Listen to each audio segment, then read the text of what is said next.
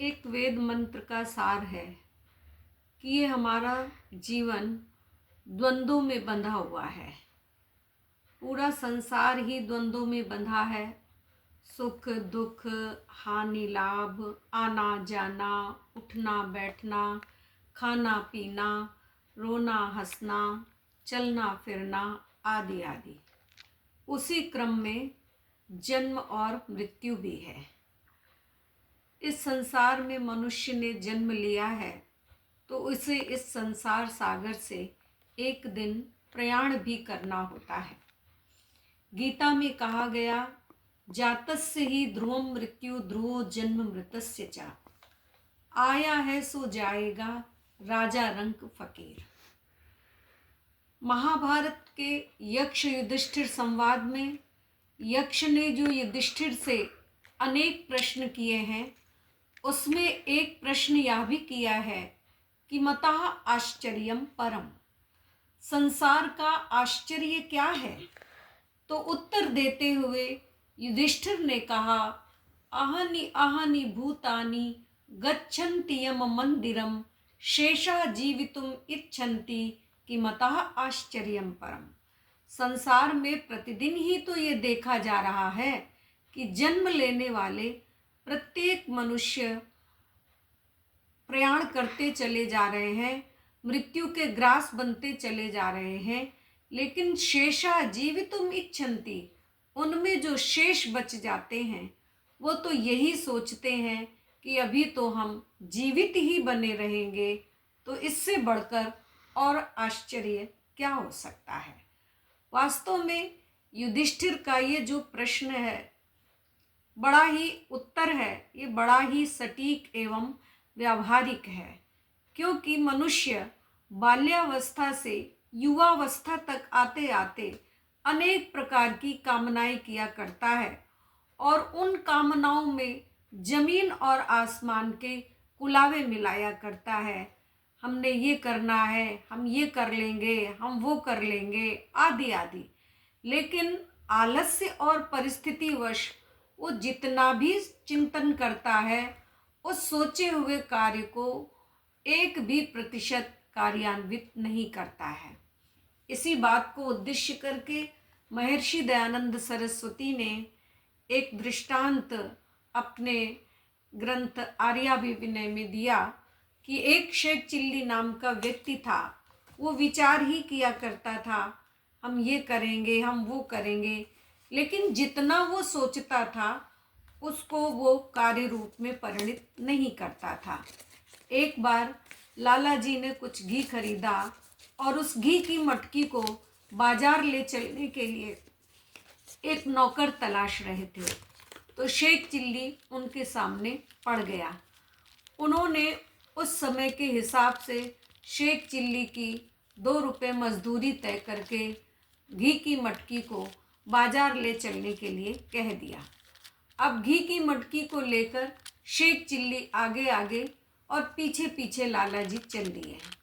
चलते चलते लाला जी सोच रहे थे, आज का घी मेरा 11 रुपये में बिकेगा तो मैं 10 रुपये कर्ज के चुका दूंगा, फिर 1 रुपये के हिसाब से जब मेरे पास और पैसे हो जाएंगे तो मैं एक छोटी सी दुकान कर लूँगा, और दुकान करते करते जब और पैसे हो जाएंगे तो मैं एक बड़ी दुकान कर लूँगा, और बड़ी दुकान से जब मुझे बड़ी आमदनी प्राप्त होगी तो मैं एक बहुत बड़ा व्यापार कर लूँगा, और उससे क्या होगा कि कुछ राजा लोग भी मेरे कर्जदार हो जाएंगे।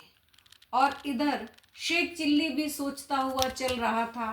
वो सोच रहा था कि आज की मजदूरी मुझे 2 रुपये मिलेगी तो उससे मैं एक बकरी खरीद लूँगा, उसके बच्चों का व्यापार करूँगा, पैसे और आ जाएंगे तो फिर मैं एक गाय खरीद लूँगा, गाय के बछड़ों का व्यापार करूँगा, पैसे और बढ़ जाएंगे, फिर एक घोड़ी खरीद लूँगा, उसके बच्चों का व्यापार करूँगा और पैसों में वृद्धि हो जाएगी, फिर एक हथिनी खरीद लूँगा, उसके बच्चों का व्यापार करूँगा और पैसों में वृद्धि हो जाएगी, फिर मैं एक बहुत बड़े पैसे वाला इंसान बन जाऊँगा।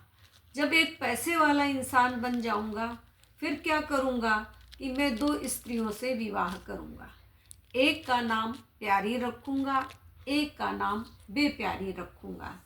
प्यारी के बच्चे आएंगे उनको बहुत प्यार से खिलाऊंगा, बेप्यारी के आएंगे तो कह दूंगा नहीं नहीं नहीं तुम जाओ यहाँ से। बस नहीं नहीं करते हुए उसने सिर हिलाया और सिर पर रखी हुई मटकी धड़ाम से नीचे गिर गई। तो ये दृश्य देखकर लाला जी फूट फूट कर रोने लगे। तो लाला जी को रोते हुए देखकर शेख चिल्ली और जोर से रोने लगा। तो लाला जी ने उसको धमकाते हुए कहा, अरे भाई तुम क्यों रोते हो, तुम्हारा क्या नुकसान हुआ, मेरा तो 11 रुपए का नुकसान हो गया। तो शेख चिल्ली ने लाला जी को धमकाते हुए कहा, लाला जी तुम्हारा तो केवल 11 रुपए का ही नुकसान हुआ है और मेरा तो बना बनाया बीवी बच्चे मकान सब कुछ चला गया है। कहने का तात्पर्य यह है कि जो लोग केवल और केवल विचारों के विमानों में सैर करते हैं उनकी स्थिति शेख चिल्ली की तरह ही होती है। इसलिए एक अंग्रेजी विद्वान ने लिखा कि this world is not for beggars but it is for those who struggle fight and conquers. ये संसार आलसियों और प्रमादियों के लिए नहीं है, बल्कि ये संसार उनके लिए है जो जीवन की परिस्थितियों से जूझकर उस पर विजयश्री का वर्ण करते हैं। जिंदगी है कश्मकश, मौत है कामिल शकून, शहर में है शोरो गुल और मकबरा खामोश है। जिंदगी का मुख्य चिन्ह ही है संघर्ष, और संघर्ष का अर्थ होता है कर्म करने की प्रवृत्ति, जिसके आधार पर मनुष्य को मनुष्य या पुरुष को पुरुष कहलाने का प्रमाण पत्र प्राप्त हुआ करता है। इसलिए कहा कि पुरुषार्थ के अभाव में पुरुष की चरितार्थता ही कहाँ है। उद्यमेन ही सिद्ध्यन्ति कार्याणि न मनोरथैः, ना ही सुप्तस्य सिंहस्य प्रविशन्ति मुखे मृगाः। अर्थात उद्योग से पुरुषार्थ से ही मनुष्य के सारे कार्य संपन्न हुआ करते हैं। जैसे कि सोते हुए शेर के मुख में प्राणी स्वयं आकर के प्रविष्ट नहीं होते, उसको भी उद्योग करना पड़ता है। तो ये संसार क्या है? ये संसार एक समुद्र के समान है और इस संसार रूपी समुद्र में विचारकों का, मनीषियों का, विद्वानों का विचार मंथन सदैव चलता रहता है और उसके आधार पर जब वो समाज सुधार को लेकर के आगे बढ़ते हैं तो उनको अनेक प्रकार की बुराइयों का, अनेक प्रकार के कटु वचनों का, व्यंग बाणों का सामना भी करना पड़ता है। लेकिन वो इन सारी बातों का अपने ऊपर कोई असर न करते हुए चरैवैती के सिद्धांत का परिपालन करते हुए इतिहास को अमर कर जाते हैं। इन्हीं में इतिहास बनाने वाले दया के धनी दयानंद, श्रद्धा के धनी श्रद्धानंद, विवेक के धनी विवेकानंद, अहिंसा सत्य के धनी महात्मा गांधी और औरंगजेब की नाक में अकेले ही नकेल डाल देने वाले छत्रपति शिवाजी और अनेक राजनीतिक सितारे, सभी को ही ये काल प्रारंभ से ही डसता आ रहा है, आगे भी डसता रहेगा। इसलिए ये जीवन क्षणभंगुर है। प्रतिदिन बैठ करके हमें उस विधाता का, जिसकी कृपा से हमको ये सुंदर मनुष्य का जीवन मिला है और जिसने हमारे उपभोग के लिए, हमारे उपयोग के लिए इतनी सुंदर सृष्टि दी है, ऐसे दाता का हमें धन्यवाद करना चाहिए। और शायर के शब्दों में यही कहना चाहिए कि सहारा अपनी